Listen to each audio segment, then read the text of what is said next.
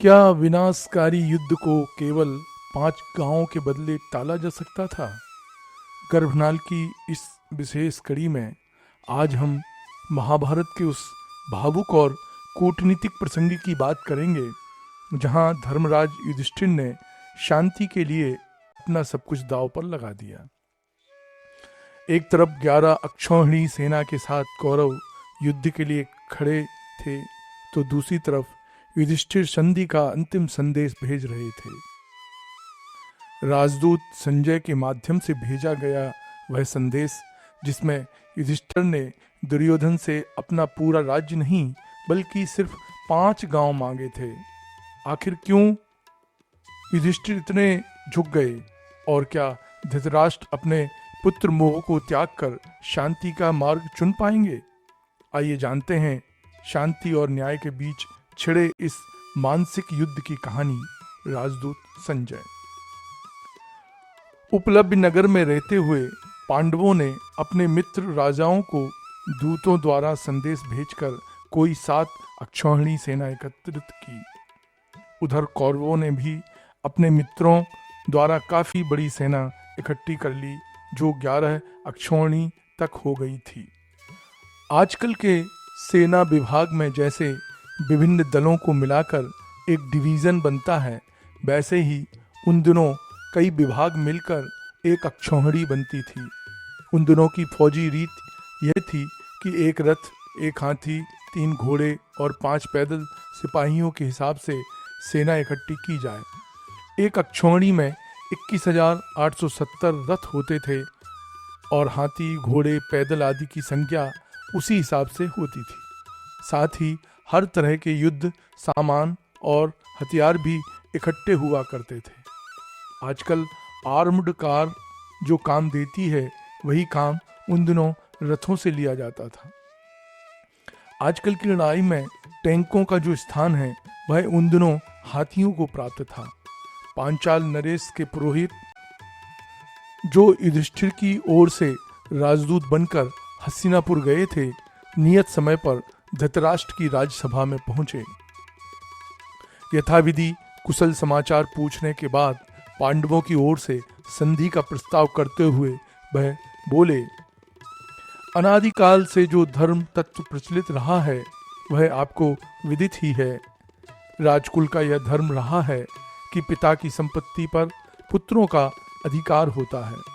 जिस प्रकार राजा धृतराष्ट्र महाराज विचित्रवीर के पुत्र हैं, उसी प्रकार महाराज पांडु भी थे। अतः उनकी पैतृक संपत्ति पर भी दोनों का समान अधिकार होना चाहिए। लेकिन यह कहाँ का न्याय है कि धृतराष्ट्र के पुत्र संपूर्ण राज्य के स्वामी हो जाएं और पांडु पुत्र राज्य से वंचित रहें। कुरुवंश के वीर पांडवों को जो कुछ कष्ट उठाना पड़ा, उस सबको वह भूल गए और अब शांति की इच्छा रखते हुए संधि की प्रार्थना करते हैं।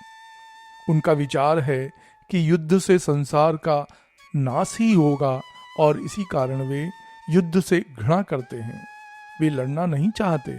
इसीलिए न्याय तथा पहले के समझौते के अनुसार यह उचित होगा कि आप उनका हिस्सा देने की कृपा करें। इसमें विलंब न कीजिए। यह सुन विवेकशील और महारथी भीष्म बोले, ईश्वर की कृपा से पांडव कुशल से हैं। कितने ही राजा उनकी सहायता करने को तैयार हैं। इतने शक्ति संपन्न होने पर भी वे युद्ध की चाह नहीं रखते, संधि चाहते हैं। इसलिए यही न्यायोचित है कि उन्हें उनका राज्य वापस दे दिया जाए। भीष्म की बात कर्ण को अप्रिय लगी। वह बड़े क्रोध के साथ भीष्म की बात काटकर दूत की ओर देखता हुआ बोला, ब्राह्मण श्रेष्ठ, आपकी बातों में कोई नई दलील तो है नहीं। आप तो वही पुरानी राम कहानी सुना रहे हैं। इससे क्या लाभ? युधिष्ठिर अपने राज्य को जुए में हार चुके, अब उसे वापस मांगने का उन्हें अधिकार ही क्या रहा? लेकिन शायद युधिष्ठिर इस धौंस से राज्य वापस कर देने की मांग कर रहे होंगे कि मत्स्यराज एवं पांचाल राज की सेनाएं उनकी तरफ हैं। परंतु युधिष्ठिर की यह भारी भूल है। यह बात आप साफ समझ लें कि धमकी देकर दुर्योधन से कुछ प्राप्त नहीं किया जा सकता। फिर 13वां बरस पूरा होने से पहले ही उन्होंने प्रतिज्ञा भंग करके अपने आप को प्रकट कर दिया है, इसलिए शर्त के अनुसार उनको फिर 12 बरस के लिए वनवास भोगना पड़ेगा। कर्ण के इस प्रकार बीच में उनकी बात काट कर बोलने में भीष्म को बड़ा क्रोध आया।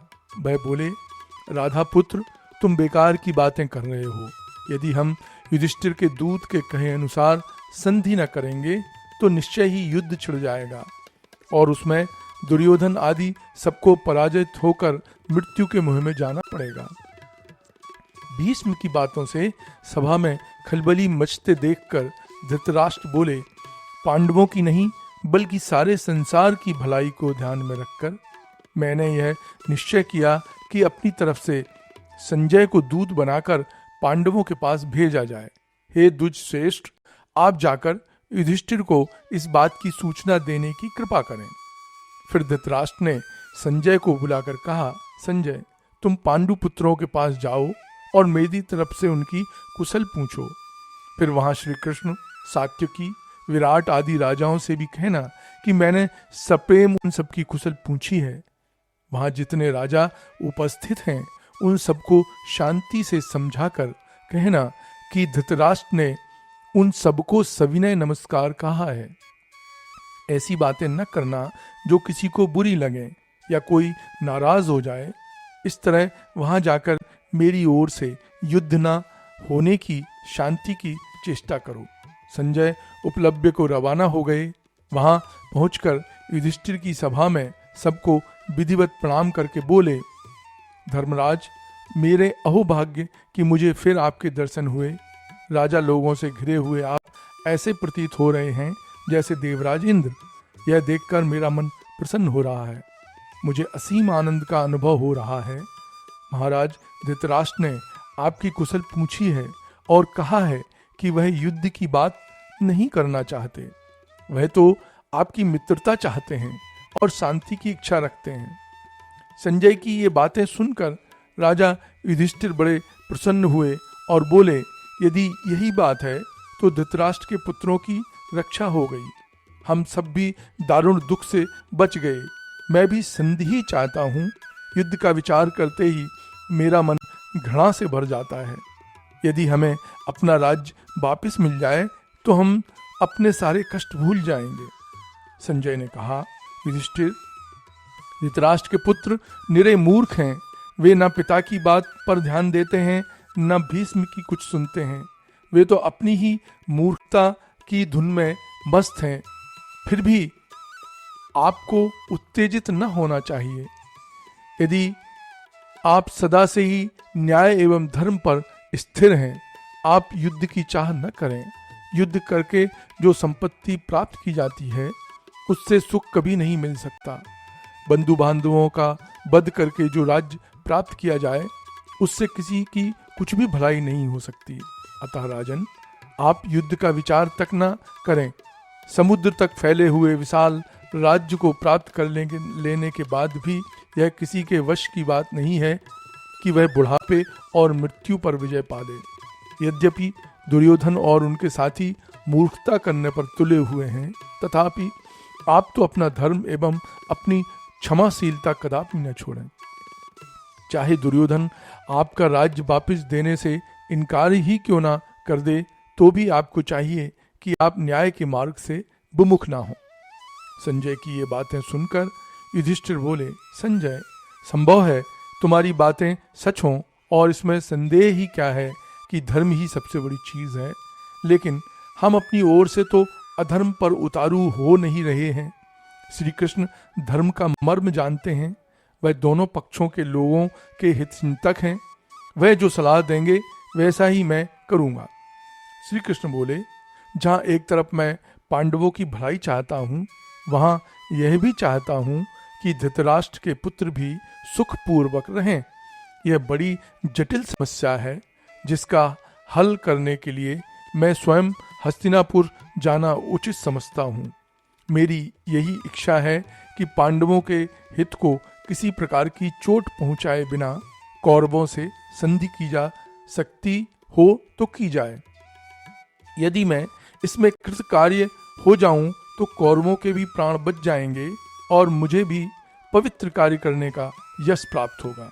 यदि शांति स्थापित हो गई तो फिर पांचों पांडव महाराज धृतराष्ट्र की सेवा टहल तक करने को प्रस्तुत होंगे। शांति की ही वे भी इच्छा रखते हैं, परंतु साथ ही वे युद्ध के लिए भी तैयार हैं।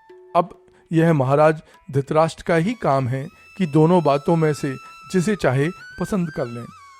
श्री कृष्ण के बाद युधिष्ठिर बोले, संजय, कौरवों की राजसभा में जाकर महाराज धृतराष्ट्र को मेरी तरफ से प्रार्थना पूर्वक यह संदेश सुनाना। महाराज, यह आपकी ही उदारता का फल था कि हमें प्रारंभ में ही राज्याभिषेक का सौभाग्य प्राप्त हुआ था। उन दिनों आपने ही तो हमें राजा बनाया था। अब आप ही हमें राज्य संपत्ति से वंचित करके अनाथों की भांति दूसरों का मोहताज न बनावें। दोनों पक्ष वालों के लिए क्या इस विशाल संसार में सुखपूर्वक जीवन बिताने के लिए पर्याप्त स्थान नहीं है जो हम एक दूसरे के साथ शत्रुता करें? इस प्रकार धृतराष्ट्र को आप मेरी यह प्रार्थना सुनाइएगा। पितामह भीष्म को भी मेरा प्रणाम कहें और मेरी तरफ से उनसे यह अनुरोध करें कि वह ऐसा कोई उपाय करें जिससे उनके सभी पौत्र प्रेम पूर्वक जीवन बिता सकें। यही संदेश चाचा विदुर को भी सुनाइएगा। विदुर ही हमारे हित का उपाय बता सकेंगे और दुर्योधन को समझाकर मेरा यह संदेश सुना दें। प्रिय भाई, राजकुमार होकर यदि हमें मृगछाला पहनकर वनवास करना पड़ा तो वह तुम्हारे ही कारण। तुम ही ने हमारी पत्नी का राजसभा में घोर अपमान किया, जिससे माता कुंती रो पड़ी थी। हमने यह सब सह लिया था। अब तुम हमें हमारा न्यायोचित अधिकार दे दो। अभी भी समय है। पराई संपत्ति की चाह न करो। कम से कम हमें 5 गांव ही दे दो। हम पांचों भाई इसी से संतोष कर लेंगे और संधि करने को तैयार होंगे। हे भाई, हम सभी हिलमिल कर रहें और संतोष के साथ दिन बिताएं, ऐसी मेरी इच्छा है। संजय, दुर्योधन को मेरा यही संदेश सुना देना। मैं तो शांति के लिए भी तैयार हूं और युद्ध के लिए भी। युधिष्ठिर का यह संदेश लेकर संजय पांडवों तथा श्री कृष्ण से विदा लेकर हस्तिनापुर के लिए रवाना हो गए।